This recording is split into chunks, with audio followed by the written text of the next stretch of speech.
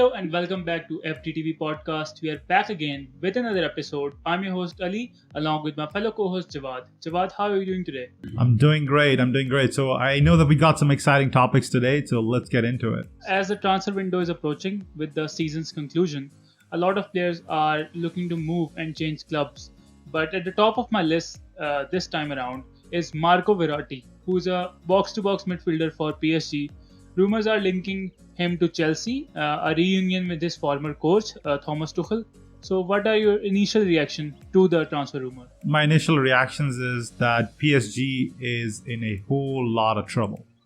Though they won the League Cup this season, they're not likely to retain their league title.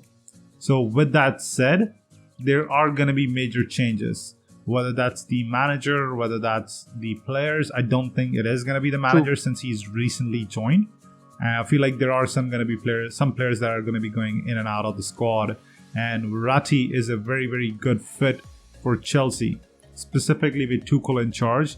He is a Tuchel type of player who can utilize him to the highest ability possible, specifically in that box-to-box engine role that he can do a good job in there for. They already have the likes of Jorginho in there, right, who do something similar to that. And Kante, right, you cannot forget him specifically because of his box-to-box abilities and his stamina. The guy never slows down. So having another option such as Verratti would definitely add to the Chelsea midfield. What do you think? In the beginning, I wasn't a big fan of Marco Verratti because people overrated him because he played in the French league. But right now, I think he's among the best box-to-box midfielder in the world. He has improved a lot, and that is because of the appointment on managerial terms from PSG. The coaches have improved him a lot, and with Pochettino, or even if he joins Chelsea, he will only improve as a player. He's still in his prime and can offer 3 to 4 good years to any team he plays. But right now, if on the left hand of the screen, if you look at the Chelsea midfield, right now we see that Thomas Tuchel prefers a 3-5-2 system where Kante and Jorginho play as the holding midfielders pivot and Mount operates in the attacking midfield role. So, do you think if Verratti joins Chelsea, will he be a guaranteed starter alongside Kante? And who misses out in the midfield? If there was a player who can miss out, I feel like it has to be Jorginho, with people linking him away from Chelsea as well. So it could be that they're looking for a like-to-like replacement there.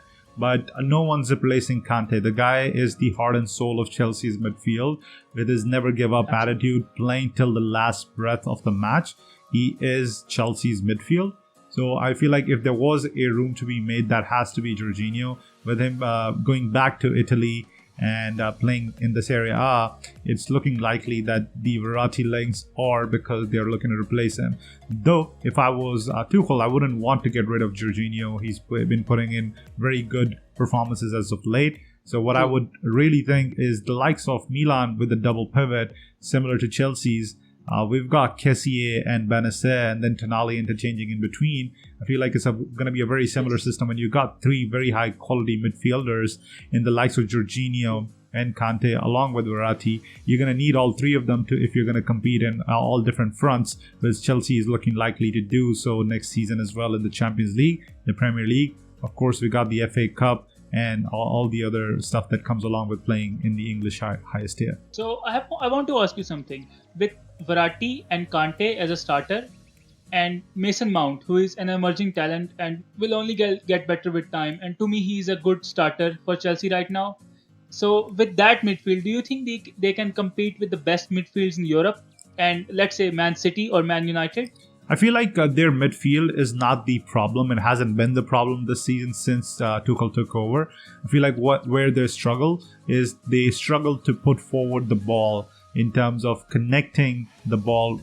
They're doing a lot of deliveries, right? The service is there. It's just they need someone to finish it, right? The goal that they missed from open, like in the Champions League, I think they missed it from like 3 yards out. That puts like everything in perspective, what they're missing. They need an out-and-out striker who can really do the job for them, a world-class striker at that. And they've been linked with a few strikers up front.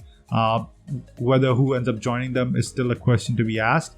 Whether Ibrahimovic is still willing to spend the money on Chelsea, that's another question. So my question to you is, with the midfield sorted, if Verratti comes in, who do you think comes in to sort their striker position out? If I'm being honest, they spent a lot of money last summer. They got Kai Havertz from Bayer Leverkusen for 100 million, and he has been a kind of a disappointment. If I'm being completely honest, here and there we can see how brilliant he is, but he is not. His role is not sorted out. Even with the manager like Thomas Tuchel in charge, he usually plays as a false nine. He even tried him as a striker, but his role is still to be determined by Thomas Tuchel next season.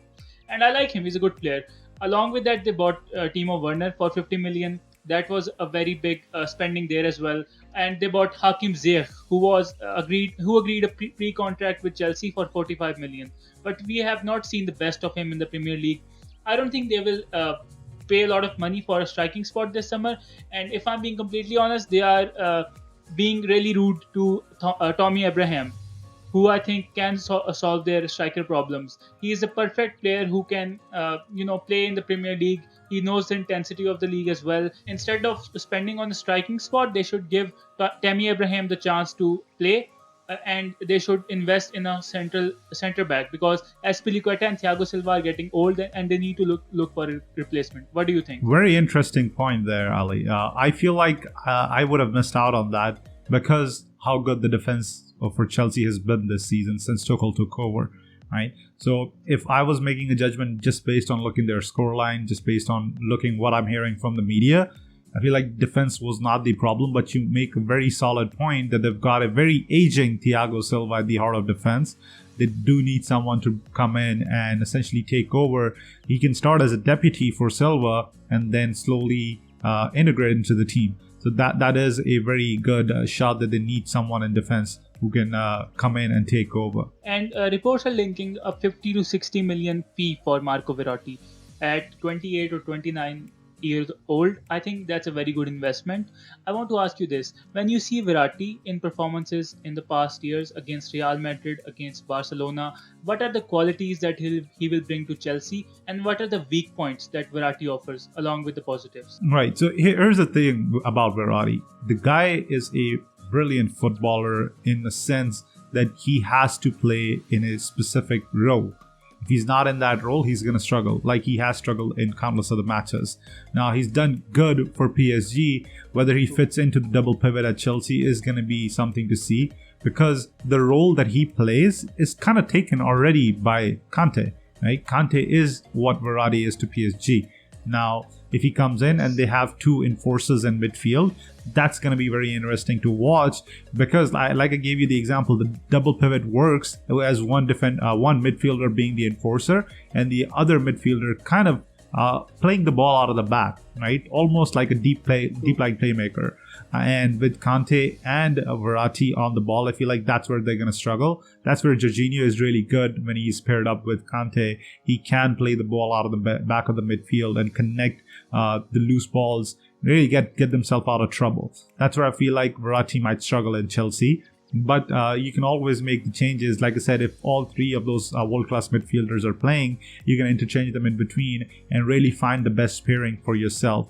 But I feel like the strengths are definitely the box-to-box ability and the enforcer level play that he can bring to Chelsea. Where he would struggle is with his passing range. I feel like he is a very good passer, but he plays it simple. Now, when you're playing out of the back, you do need someone who can have a high vision, who can really pick out a pass, whether that's 30 yards out. That's where I feel like the struggles would come in if he's playing alongside Kante. Whether he's playing alongside Jorginho, then that's another story. Do you agree? Absolutely. But I do think that if Kante and Verratti play, you get a lot of steal in midfield, which Jorginho doesn't offer. I know Jorginho is one of the best passers from that Sarri system. You know, the Sarri ball was only ticking because he was in a very good form all along. And he's a very good passer. But I think in a league like the Premier League, you need to understand that when there is a lot of intensity in midfield, you need someone who can match with that intensity. And I don't think that Jorginho offers that. Verratti will definitely be an upgrade in Chelsea's midfield. Thank you so much for joining us yet again. I've been your host, Jawad, along with my co-host, Ali. Make sure to leave a thumbs up on this video. Leave a comment down below if you feel like there's some changes that we need to make. And if you agree or disagree with anything we said, make sure to hit the subscribe button, and we'll be back next time. Until then, FDTV out.